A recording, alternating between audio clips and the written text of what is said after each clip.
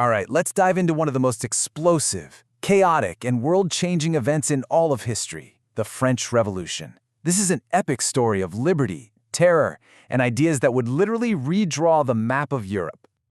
So, picture this. It's Paris, July 14th, 1789. The air is just thick with tension, with the smell of gunpowder. An enormous, angry crowd is swarming the Bastille, this medieval fortress that just looms over the city.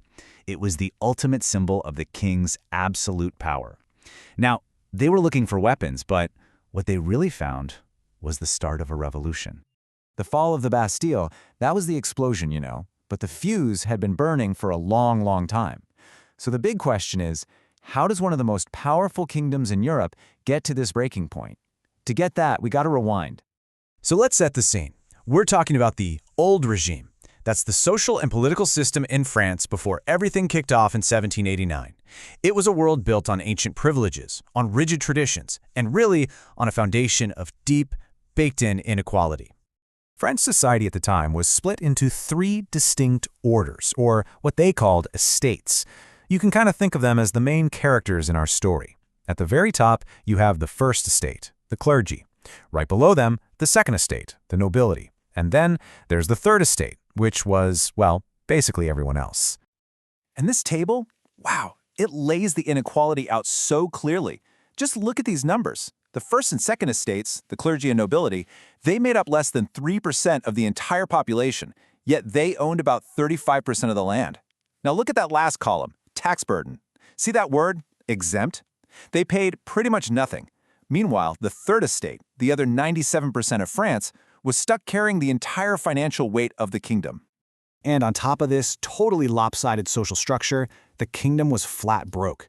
I mean, when Louis XVI took the throne back in 1774, the treasury was already empty. You had decades of expensive wars, the crazy spending at the court of Versailles, and here's the real kicker, all the money France spent backing the American Revolution. All of it pushed the state right to the edge of total bankruptcy. And then came the hunger. For your average person in France, life revolved around one thing, the price of bread. So when bad weather led to bad harvests, the price of bread would just skyrocket. But here's the problem, wages stayed the same. This kicked off a deadly cycle they called a subsistence crisis. People were literally starving, and you know what? Starving people get desperate. So let's recap. You've got a bankrupt government, a fundamentally unfair social system, and a population that's starving. It was a powder keg just waiting for a spark. Desperate for cash, King Louis makes a fateful decision. It was a move nobody had seen in France for over 170 years. He calls a meeting of the Estates General, an assembly with representatives from all three estates, hoping they'll approve some new taxes. He had no idea he was about to start a revolution. He just gave its future leaders a national stage. Now, the third estate showed up in Versailles with a demand that was so simple, but at the time completely radical. They wanted voting to be by head, not by estate. One person, one vote. That would give them the majority. Of course, the king and the other two estates refused, and in that refusal, the revolution found its defining moment of defiance. So what happens next is incredible. They get locked out of their own meeting hall. So the representatives of the third estate just march over to a nearby indoor tennis court in this amazing act of defiance. They declare themselves the National Assembly, the true voice of the nation, and they take an oath. They swear they will not go home until they have written a constitution for France. This was the moment power began to shift, seismically, from the king to the people. And the changes that followed came at a breathtaking speed. In one single incredible night, the assembly completely abolished the entire feudal system. Centuries of noble privilege, gone, just like that. Then they issued the Declaration of the Rights of Man and Citizen, a document that would echo across the entire world. It established that rights like liberty and equality weren't granted by a king. They were natural, something you were born with. But revolutions are rarely neat and tidy. The dream of this new, enlightened France was about to face foreign invaders and rebellions from within. And pretty soon, it would descend into a total nightmare as the revolution started to turn on itself.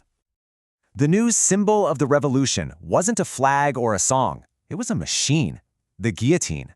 It was actually promoted as a more humane way to execute people, but it quickly became an instrument of mass death during the most radical phase of the revolution, the Reign of Terror.